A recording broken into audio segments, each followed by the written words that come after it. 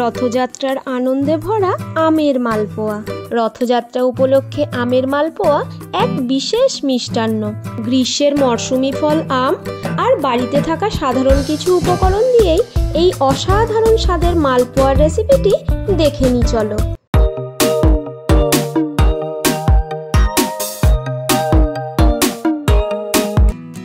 রথযাত্রার সাথে বিভিন্ন মিষ্টান্নের নাম জড়িয়ে থাকে, তার মধ্যে মালপোয়া একটি।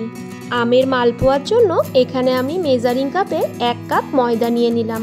অবশ্যই ময়দা ব্যবহার করতে হবে, আটা দিলে হবে না।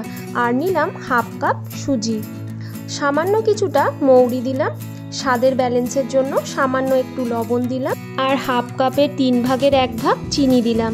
এটা যেহেতু আমি রসে ভেজাবো সেজন্য চিনিটা এখন অল্পই দিলাম। এবার সমস্ত উপকরণ ভালো করে একটু মিক্স করে নিলাম। বাটিটা একটু ছোট মনে হচ্ছিল, সেজন্য অন্য একটা বড় বাটিতে মিশ্রণটাকে ঢেলে নিলাম। এখানে আমি 1 গ্লাস লিকুইড দুধ নিয়েছি। দুধটা অনেকক্ষণ আগেই ফুটিয়ে নিয়েছিলাম। এবার দুধটা ঠান্ডা হওয়ার পর অল্প অল্প করে মিশ্রণের মধ্যে দিয়ে একটা স্মুথ ব্যাটার তৈরি করে নেব। ব্যাটারটা এখন একটু পাতলা মনে হলেও সুজিটা ফুলে কিছুক্ষণ পরে একটু ঘন হয়ে যাবে। এর মধ্যে যেহেতু সুজি ব্যবহার করেছি, তো ব্যাটারটা প্রায় 1 ঘন্টার জন্য রেস্টে রাখতে হবে। যদি হাতে সময় না থাকে তাহলে 30 মিনিট রেস্টে রাখলেও হবে। আমের মালপোয়ার জন্য আমের পিউরিটা এবার রেডি করব। এখানে আমগুলো দেখতে সবুজ হলেও প্রত্যেকটা আমই কিন্তু পাকা। আমটা যেহেতু বড়, তাই একটা আমই যথেষ্ট এই মালপোয়াটা বানানোর জন্য।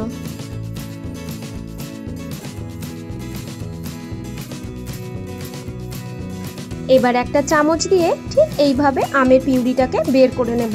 আমের পিউরি করা ভীষণই সহজ একটি কাজ। এবার একটা মিক্সার গ্রাইন্ডারে এই আমের পাল্পটাকে নিয়ে নেব। কোনো রকম জল ছাড়াই মিহি পেস্ট বানিয়ে নেব।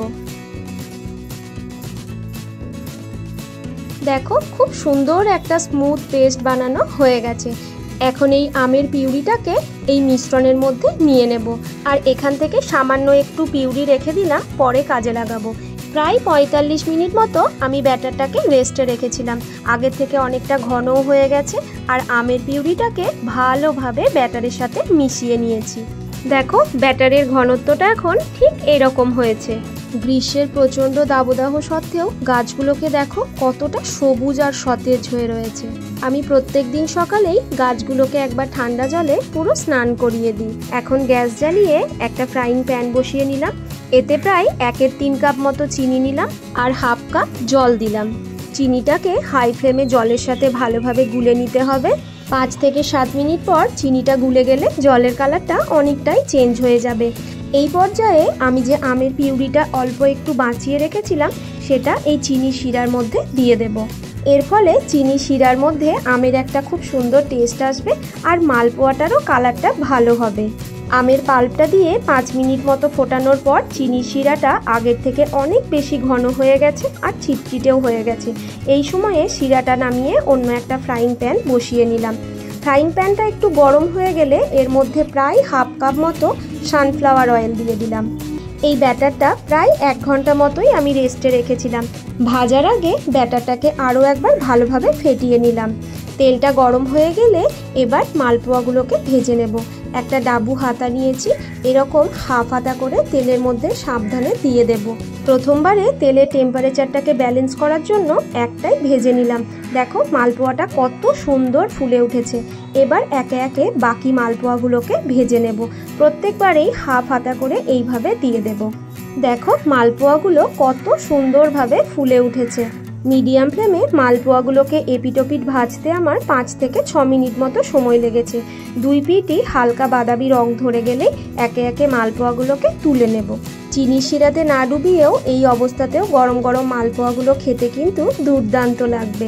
একে একে সব মালপোয়াগুলোই ভাজা হয়ে গেছে আর আম দেওয়ার জন্য কালারটাও কি দুর্দান্ত এসেছে। দেখো, চিনির শিরাও রেডি, মালপোয়াগুলোও ভাজা হয়ে গেছে। চলো এবার মিষ্টিটা তৈরি করে ফেলি। মৌমাছিগুলো যেখানে আমের গন্ধ পাবে সেখানেই ঘুরে বেড়াবে। এবার চিনি শিরাটাকে অল্প অল্প করে মালপোয়ার ওপরে ছড়িয়ে দেব।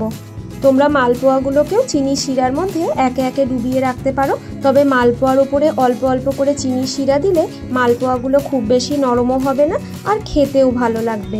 চিনির শিরার ক্ষেত্রে তোমাদের যেটা সুবিধা মনে হয় তোমরা সেটাই করবে। আমের মালপোয়ার রেসিপিটি তোমাদের কেমন লাগলো অবশ্যই আমায় কমেন্ট করে জানিও। যদি ভালো লেগে থাকে একটা লাইক করে দিও আর চ্যানেলটাকে সাবস্ক্রাইব করে আমার পাশে থেকো। প্রত্যেককে শুভ রথযাত্রার আগাম শুভেচ্ছা। টাটা।